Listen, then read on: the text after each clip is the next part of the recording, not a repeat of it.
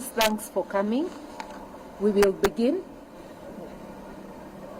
This is a statement by the United Opposition Leaders issued from the Liberation House. Fellow Kenyans and friends of Kenya, we thank you for joining us this morning. The United Opposition has one aim: to rescue and liberate our beloved nation from the clutches of the tyrannical and inept Ruto dictatorship. That is why we and the majority of Kenyans say unequivocally, one term. Just a week ago, members of the United Opposition, whilst on a Meet the People tour, a right that is enshrined in our constitution, were met by violence of police bullets and a state-sponsored militia. Specific members of our teams, namely Senator Methu, Honorable Victor Munyaka, and Jamnik Kamau, were targeted for assassination. The evidence is clear in the bullet holes aimed at specific windscreens of their vehicles. We thank God for their protection. Otherwise, we would today be eulogizing them.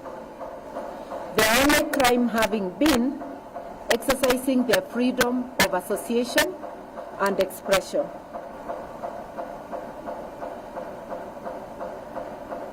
We will not tire from reminding the Ruto administration that freedom of movement, expression, and association are among the fundamental rights guaranteed in our Constitution and in the African Charter on Human and People's Rights, as well as on the International Covenant on Civil and Political Rights.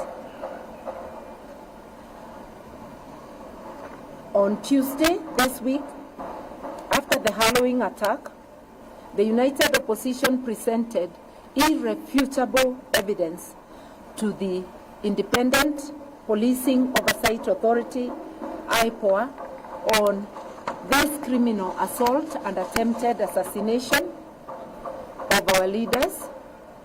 We expect IPOA to treat this evidence with a grave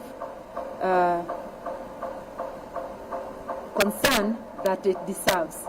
Any attempt to unlawfully take the life of a human being, regardless of ethnicity, gender, or rank, ought to be condemned in the strongest terms possible. We therefore expect IPOA to hold the commanding officer who led this assault accountable. The Inspector General of Police, Douglas Kanja, and Interior Cabinet Secretary, Kipchumba Murkomen, must be held accountable. The buck stops with them. We can no longer allow the brazen criminal acts and subversion of the rule of law to continue because of orders from above. We are saying enough is enough. We have heard Ruto saying enough is enough, but we remind him as an employee, you can never tell your employer enough is enough. You can only pack your bags and go. We are his employers. We are telling him enough is enough. This has to stop. He cannot create a Haiti-like militia in Kenya to destroy the peace and tranquility that we have been having. Fellow Kenyans, our country is ailing. Some even say it is at war with itself, not because of the global recession or pandemic, but because of an epidemic called William Samoei Ruto. The instruments of power are in the hands of a person who simply doesn't care for the well-being of the citizens he purports to govern.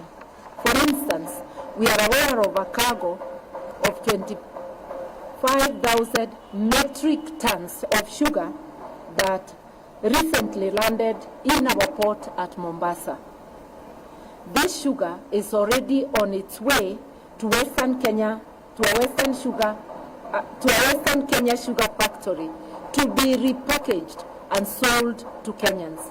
Yet, it was condemned as unfit for human consumption in its country of origin.